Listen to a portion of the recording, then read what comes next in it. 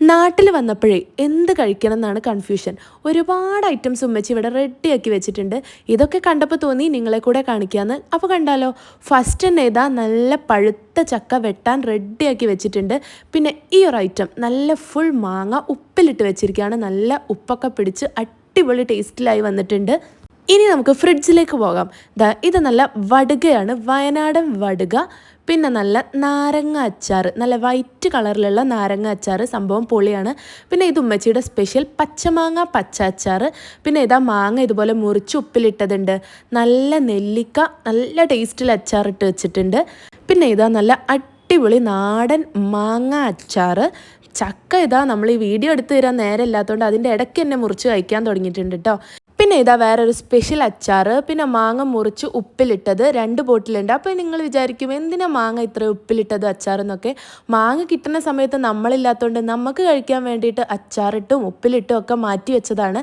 പിന്നെ ഇതാ നല്ല ഫ്രഷ് മീൻ കിട്ടിയപ്പോൾ അതിതാ മസാല തേച്ച് വെച്ചിട്ടുണ്ട്. അടിപൊളി ടേസ്റ്റ് ആയിരിക്കും, നല്ല മസാലയൊക്കെ പിടിച്ചിട്ട്. ഇനി അങ്ങോട്ട് പൊരിച്ചാൽ മാത്രം മതി.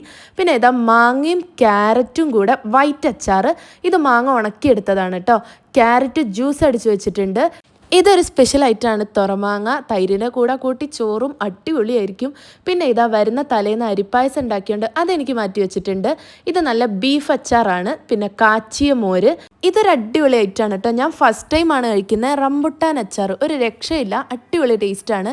പിന്നെ കഴിക്കാനായിട്ട് ഇതാ നല്ല ചെമ്മീൻ റോസ്റ്റ് ആക്കി വെച്ചിട്ടുണ്ട്. മാങ്ങ പഴുത്ത മാങ്ങ മുറിച്ച് വെച്ചിട്ടുണ്ട്. മലപ്പുറത്തിൻ്റെ നീർദോശ ഉണ്ട്, ചട്നി ഉണ്ട്. പിന്നെ നല്ല നാടൻ ചിക്കൻ ഫ്രൈയും ഉണ്ട്. ഇത്രയൊക്കെയാണ് കഴിക്കാനായിട്ട്. പിന്നെ മാങ്ങ കിട്ടിയപ്പം പറിച്ച് വെച്ചത് വേറെ ഉണ്ട് കേട്ടോ.